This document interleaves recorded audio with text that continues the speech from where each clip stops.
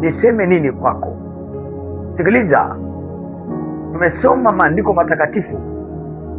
Tumesoma maandiko matakatifu, kitabu cha Matendo ya Mitume sura ile yake ya 3 na mstari wa 1 na kuendelea. Tunakutana na habari ya kiwete.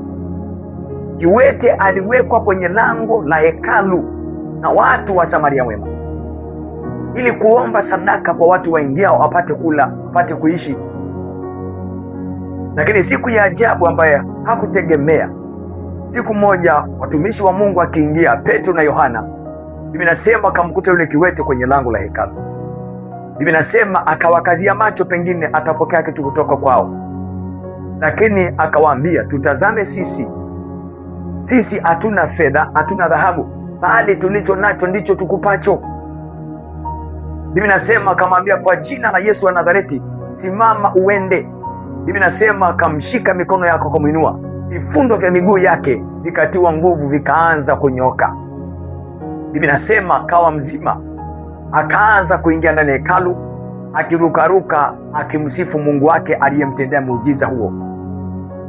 Biblia inasema watu walivyomuona, wale ambao walikuwa wanampa sadaka, wanampa msaada, walivyomuona walishangaa, wakasema, huyu si ndio ile kiwete ambaye tulikuwa tunampita kwenye lango, tunampa sadaka zetu, lakini leo imekuwaje? Watu wakashangaa yale ambayo yametokea. Ndio msikilizaji unatazama wakati huu, naomba nikutie moyo mtu wa Mungu, naomba nikutie moyo Mtanzania, naomba nikutie moyo mama, naomba nikutie moyo kijana, naomba nikutie moyo baba pote ulipo. Yawezekana wewe ni kiwete, yawezekana ni kiwete kwenye habari ya afya yako. Afya yako haiko vizuri, maana yake wewe ni kiwete, haujakamilika kiafya. Yawezekana wewe ni kiwete kwenye eneo la uchumi, yawezekana uchumi wako haujakamilika. Yawezekana wewe ni kiwete kwenye eneo la maisha yako kwa ujumla. Nataka nikwambie, yuko anayeitwa Yesu Kristo, mwana wa Mungu aliye juu. Yeye huwainua viwete wakatembea tena. Sikiliza, Petro na Yohana wanamwambia, sisi hatuna fedha, hatuna dhahabu, hatuna maji, hatuna mafuta ya upako, hatuna ndimu ya upako, hatuna nguo zao za upako, hatuna makeki yao ya upako, bali tulicho nacho ndicho tukupacho. Biblia inasema kwa jina la Yesu wa Nazareti, simama uende. Akasimama akatembea. Nami nataka nikuambie jioni leo, yupo Mungu anayeweza kukuinua popote ulipo. Mungu wetu hahitaji kisaidizi ili akuponye. Mungu wetu hahitaji posa ili akuponye. Mungu hahitaji mafuta ya upako ili akuponye. Mungu hahitaji chumvi ya upako ili akuponye. Mungu hahitaji kitambaa cha upako ili akuponye. Mungu hahitaji msaidizi ili atende muujiza. Mungu wetu anaweza kufanya jambo lake bila kusaidiwa na chochote. Yeye ndio unanisikiliza wakati huu. Nataka nikuambie ya kwamba huyu kiwete hakupewa kitambaa. Huyu kiwete alipewa vitu, lakini vitu haikumsaidia akainuka. Alipewa fedha, alipewa dhahabu na watu waliengana hekalu, lakini haikumsaidia aweze kuinuka pale alipo. Bado maisha yake alibaki pale pale, bado uwete wake ulibaki pale pale, lakini msaada wa Mungu aliye hai uliweza kumuinua tena.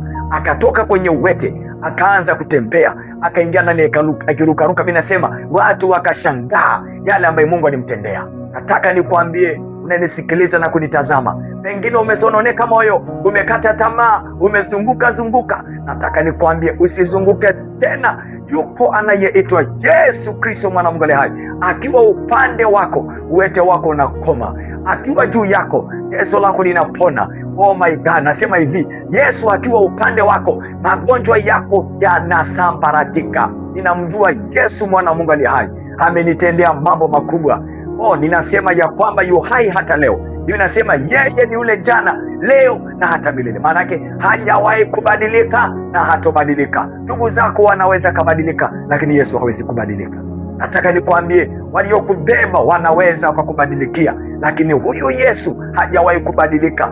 Yule jana, leo na hata milele. Yeye anaponya, yeye anaokoa, yeye anasamehe, yeye anafungua, yeye anaponya magonjwa yote. Anasema akusamehe maovu yako yote, akuponya magonjwa yako yote. Je, ni ugonjwa gani ambao unakutesa? Je, ni uwete gani ambao unakufanya usiwe na amani? Je, maisha yako yakoje? Umekata tamaa kwa namna gani? Nataka nikwambie usikate tamaa. Yuko aliyeshinda kifo na mauti, yuko aliyekwenda msalabani, yuko aliyebeba taabu yetu. Biblia inasema kwa kupigwa kwake sisi tumepona. Yesu alibeba magonjwa yako Mtanzania, Yesu alibeba magonjwa yako Kenya. Oh my God, ninatangaza habari za Yesu. Yesu ni mponyaji. Yesu hahitaji busa aponye. Yesu hahitaji kitambaa cha mtu aponye. Yesu hahitaji mafuta aponye. Yesu hahitaji chumvi aponye. Yesu hahitaji korokoro aina yoyote aponye. Yesu hahitaji kisaidizi chochote. Jina lake linajitosheleza. Linasema kwa jina lake wagonjwa watapokea uzima, kwa jina lake wagonjwa watapona. Natangaza hivi, kwa jina la Yesu wenye kansa watapona, kwa jina la Yesu wenye ukimwi watapona, kwa jina la Yesu wenye magonjwa sugu watapona kwa jina la Yesu Kristo mwana wa Mungu aliye hai. Uko wapi? Umekata tamaa namna gani? Nataka nikwambie, rudisha imani yako tena. Tunaye aliyekwenda msalabani. Yesu ni mwokozi ulimwengu. Anasema njooni kwangu ninyi nyote msumbukao na wenye kulemewa na mizigo, nami nitawapumzisha. Mzigo wa kwanza ni dhambi. Dhambi ikiwa ndani ya mtu ni mzigo ambao umemlemea, anatamani atue asiwezi. Lakini mzigo wa pili ni magonjwa. Magonjwa ni mzigo. Mtu ukibeba kansa ni mzigo, haubebeki. Unatamani kutua lakini haiwezekani kutua. Lakini leo nimekuletea habari njema ya kwamba yuko aliyeangikwa msalabani, yuko aliyetwika taabu yetu. Mimi nasema mtukeni yeye fadhaa zenu zote. Kwa sababu yeye hujishughulisha na mambo yenu. Mtike Yesu magonjwa yako, mtike Yesu huzuni zako. Yeye huwatua watu mizigo iliyowalemea. Ninayo habari njema Mtanzania mwenzangu pote ulipo.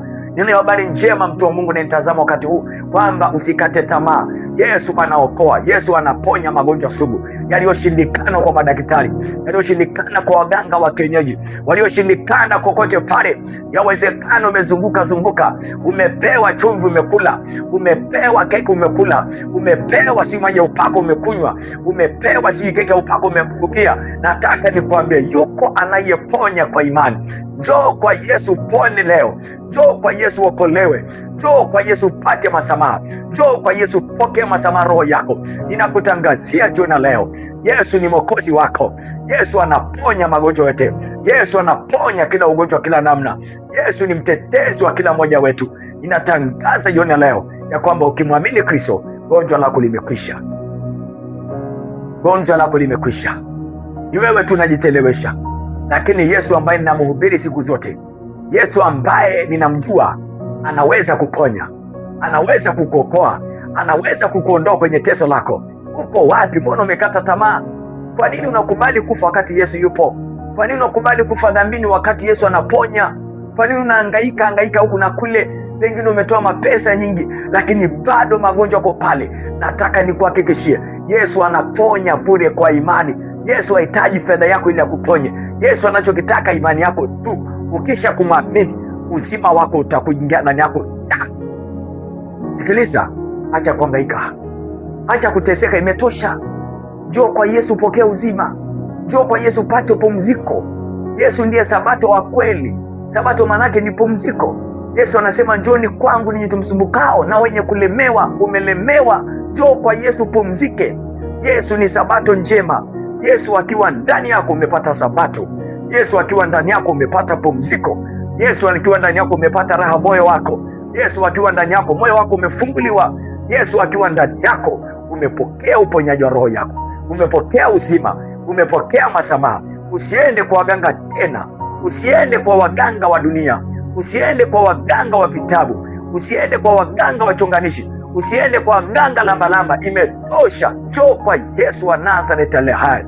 Yesu anaponya mama. Yesu anaponya kijana. Yesu anaokoa. Yesu anabadilisha watu. Ukitaka kuelewa, muulize Sauli. Sauli alikuwa ni muuaji. Aliwafuruga watu wa kanisa. Aliwatesa watu wa imani hii. Biblia inasema aliposhika njia kwenda Dameski, akakutana na mfalme wa kanisa lake. Biblia inasema alipomtazama mwanaume yule, akawa kipofu kwa sababu ya nuru yake. Yesu anaweza kubadilisha watu ambaye dunia imeshindwa kubadilisha. Yesu anaweza kubadilisha watu ambaye watu ulimwengu wameshindwa kubadilisha. Wale ambao wamekataliwa, Yesu anawaita jioni leo. Yesu anawaita siku ya leo. Anataka aingie kwenye maisha yako. Anataka alete uzima. anataka alete uponyaji. Uko wapi unanitazama wakati huu? Ninayo habari njema. Acha kuhangaika, acha kulia, acha kuhuzunika. Nasema hivi, acha kuteseka. Yesu anaishi, Yesu anaponya, Yesu ameshinda kifo na mauti. Kama ameshinda kifo na mauti, hajashindwa kukuponya ugonjwa uliye naye. Kama ameshinda kaburi, hajashindwa kuondoa teso lako uliye naye. Nataka nikuambie jioni ya leo, yuko tayari ya kuhudumia. Anataka aingie kwenye maisha yako, anataka afanye kitu kipya, anataka afanye mabadiliko, anataka alete uzima na uponyaji kwenye maisha yako. Tanzania, geuka leo. Njoo kwa Yesu akuponye, njoo kwa Yesu akuokoe, njoo kwa Yesu alete uzima. Yesu ni mponyaji wako, Yesu ni uzima wako. Nayo habari njema. Yesu anakuita mpendwa wangu, Yesu anakuita, Yesu anakuita. Uko wapi sasa? Uko wapi Tanzania? Uko wapi ndugu yangu?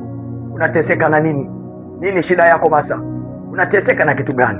Maisha yako umekata tamaa, unatamani kujiua kwa sababu ya magonjwa. Nataka nikuhakikishie kwamba yuko asiyeshindwa, yuko ambaye anaweza kutenda mambo makubwa juu ya maisha yako. Acha kuhangaika, acha kuteseka na magonjwa yako. Wewe umekubali kuteseka, umekubali kuhangaika na magonjwa, lakini nayo habari njema kwamba yuko anayeweza kukutoa ugonjwa wako. Yuko aliyekwenda msalabani, aliyebeba taabu yako, aliyebeba magonjwa yako. Jina lake anaitwa Yesu, mwana wa Mungu aliye juu. Akiwa upande wako, magonjwa kwisha. Akiwa upande wako, teso lako linakwisha. Akiwa juu yako, mafuta yao kwisha, habari yao. Akiwa juu yako, makorokoro yanakwisha muda wake, kwa sababu Yesu anajitosheleza. Hahitaji kiambatanisho chochote, hahitaji nguo ya ndani ya upako, hahitaji makeke ya upako, hahitaji vitambaa. Yesu anaponya. Kama vitambaa yangeweza kuponya, Yesu asingalikwenda msalabani. Lakini Yesu amekuja duniani kwa sababu vitambaa haina uwezo kuponya, haina uwezo kuokoa, makeke haina uwezo kuponya. Ninayo habari njema jioni leo. Acha kudanganyika. Yesu anaponya kwa imani, Yesu anaponya kwa imani. Jina lake linatosha kuponya, jina lake linatosha, jina lake linatosha. Acha kudanganyika sasa, acha kudanganyika, imetosha kudanganyika. Ninayo habari njema jioni leo.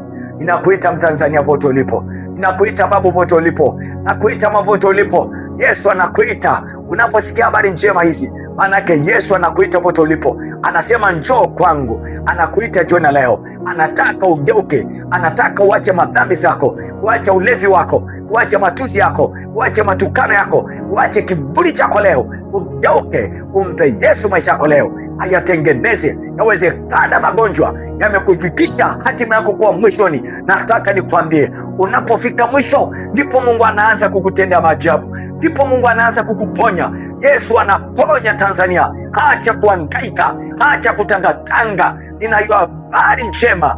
Njoo kwa Yesu sasa. Yesu anaokoa Tanzania. Uko wapi mtazamaji popote ulipo unapotazama? Mimi niseme ya kwamba Yesu nina hakika naye, ninamjua jinsi alivyo. Yeye anaponya, anaponya magonjwa yote. Hakuna jambo ambalo haliwezi kufanya. Pendwa, unanisikiliza na kunitazama, mimi niseme tu ya kwamba imetosha. Acha kudanganyika na ulimwengu, acha kudanganyika na kubeba vitu mbalimbali.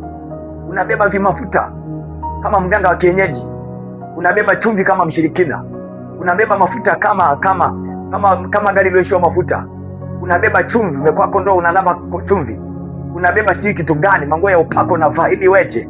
Ninayo habari njema. Hizo ni vitu vya dunia, wakuu wa dini wameweka tu ili kuwadanganya.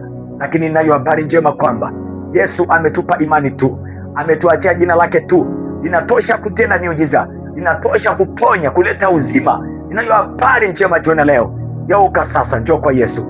Yesu anaponya kwa imani, Yesu anaponya kwa imani. Anasema mmepewa bure, toeni bure. Ukiona unauziwa kitambaa, manake huyo mtu anataka arejeshe rejesho, kwa sababu unasema amenunua hiyo kitambaa, anataka arejeshe rejesho. Ukiona mtu unauziwa maji, unauziwa makeki ya upako, kuna sehemu ametoa. Sikiliza, nakupa habari njema kwamba Yesu ni Mwokozi. Acha kudanganyika sasa, imetosha kudanganyika. Bwana amenipaka mafuta kwa ajili yako, kwamba niseme habari njema, nipate kufungua ufahamu wako, upate kuelewa kwamba Mungu alimtoa Yesu kwa ajili yetu. Yesu alitolewa kwa ajili yetu, alitolewa bure. Yesu, hakuna mtu aliyemnunua Yesu, hakuna mtu aliyenunua, hakuna mtu aliyenunua. Mpaka watu wana mimaji ya ubavuni mwa Yesu, juu damu yametoka wapi? Wakati Yesu anachoma msalabani, mkuki wa mavuni.